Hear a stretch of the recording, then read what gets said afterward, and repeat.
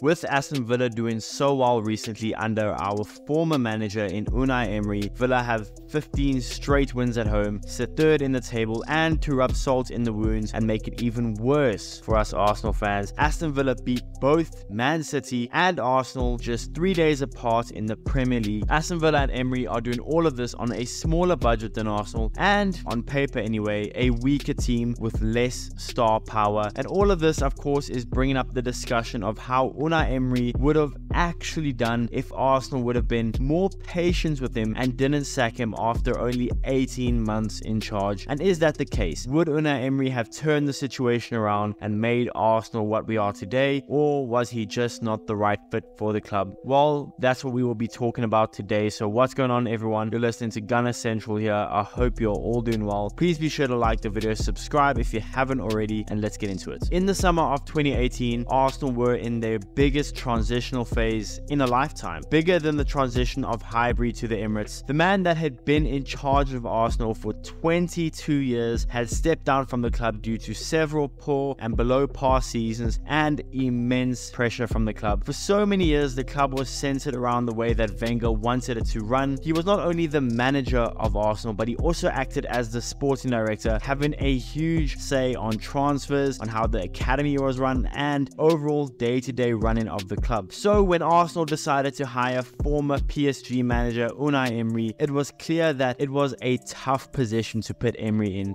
and that for him to succeed, a lot would have to go right for Unai Emery. And to add on to the pressure set on Emery, Raul Sanelli, who joined not 6 months before the appointment, was promoted to the head of football, and longtime Arsenal CEO Ivan Gazidis left Arsenal only 3 months after the appointment of Emery to go to AC Milan, and Unai, who had been at Arsenal since 2010, was promoted to the CEO position. So that's the position Arsenal found themselves in. A new manager for the first time in 22 years, a new and first time CEO, and a new head of football coming from a bankrupt FC Barcelona. Just a horrible position on paper, and honestly I don't know too many managers that could thrive in that position looking back at it. And to add to even more change to the club, guys like Santi Cazorla left after 6 years at the club, Jack Wilshere left after 17 years, and club captain Per Mertesacker retired and became an academy coach at Arsenal. And to make it even more worse, if you think it couldn't get any more worse, to make it even more worse, Unai Emery wasn't rumored to be on the shortlist of managers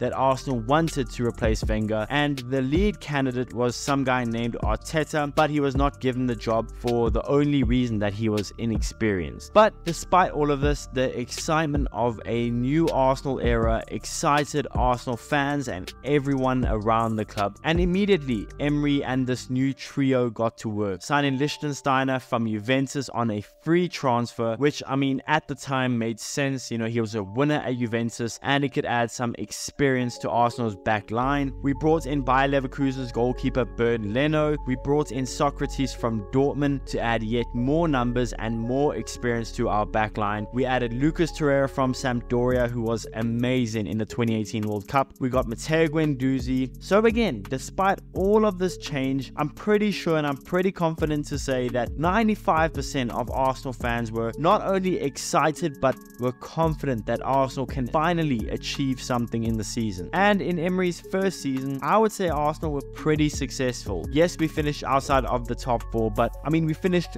5th, just 2 points off 3rd place Chelsea, and only lost 10 games all season in the Premier League, and we got to the Europa League final. But I think that the result in the Europa League final was the writing on the wall for Emery. Arsenal did a very good job and did very well to get to the Europa League final, having some really good performances, but a piss poor, horrible effort, seeing us lose 4-1 to Chelsea, an absolutely horrible result, horrible effort, a humiliating defeat. That 4-1 loss kind of ruined the whole season for Emery and Arsenal, and from there it kind of just went downhill. After that loss, Arsenal seemed desperate in the window and made moves for Gabriel Martinelli. What a signing that was, by the way. We spent a record fee for a league standout, Nicolas Pepe. We got Dani Ceballos on loan from Real Madrid. We acquired the likes of Kieran Tierney, David Luiz, William Saliba, who was loaned back to Saint Etienne, Lichtsteiner, Aaron Ramsey, Danny Welbeck, Koscielny, Asano, Jenkinson, Iwobi, and Monreal all left Arsenal on a permanent basis. All of this player movement only increased the expectations on Emery and Arsenal, and at the exact same time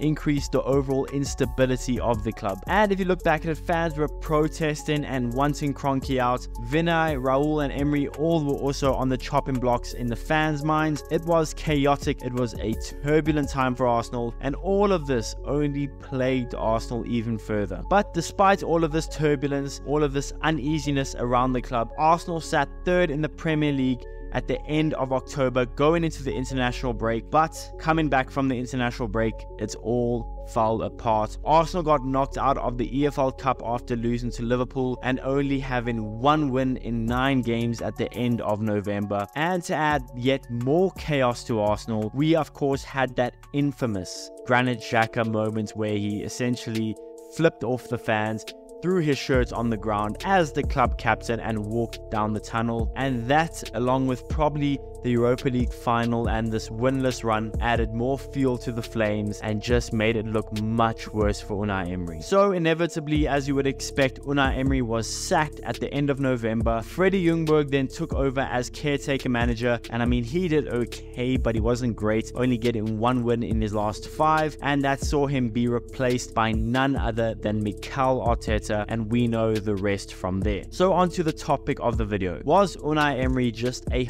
horrible manager that didn't fit in with Arsenal's culture, or was he a victim of circumstance? And if Arsenal had given him enough time, he would have sorted it all out. I think it's tough to say. I think it's a bit of both. I don't think he was a bad manager in the slightest, but there were rumblings that Arsenal players didn't like his style, and I mean, could barely even understand what he was saying to them. The dressing room didn't seem to respect him at all. Case in point was the Granit Xhaka situation, and that, along with all the transfers, changes around the club, and the club not even wanting him just 18 months ago, that was a recipe for disaster. Now, I'm gonna say this. I don't think Unai Emery was gonna turn it around. I think the situation was so dire at the time. It was too deep in. The players didn't respect him. The fans wanted him gone. Arsenal needed to have a firm manager that demanded respect, wanted to change the club from top to bottom, and we eventually got that in Mikel Arteta. But looking back at it, I don't blame Emery for any of this, and I'm glad he has found success at Villa. And of course, in retrospect, it's easy for us to sit back and say we should have given him more time, we should have given him a better chance, and I can agree with that. I think he was cut off early, but in that position at that time, 1 win in his last 9, it was really not looking good. And yes, he had a positive season with us in his first full season with the club, but I think it's easier said than done, and his success at Villa is so good, but no one at that time could have told me or could have foreseen his success at Villa. And this is always going to happen in sports. We're always going to look back and say, oh, how did this team not want to buy that player? Why did Harry Kane get kicked out of the Arsenal Academy? Why did we give Zlatan a trial instead of giving him a contract? Of course, we can sit back and say all of this, but you have to bear in mind the circumstances at the time. The board was under so much pressure to find results. It was either going to be them or Unai Emery, and they decided on Emery. They didn't even want Emery just 18 months ago. He wasn't on their shortlist. It was an easy sacking for them, and a lot of Arsenal fans wanted Unai Emery gone. And as good as a manager that Emery was and still is, I just don't think he was the right man for the job at Arsenal. Arteta was the exact man we needed at the time. Maybe his naivety was actually a positive. He came in, he demanded change. He came in from a winning team in Man City, demanded change. He demanded that the team fixes the culture and even small things around the club, like putting more Arsenal badges around the training ground so there's more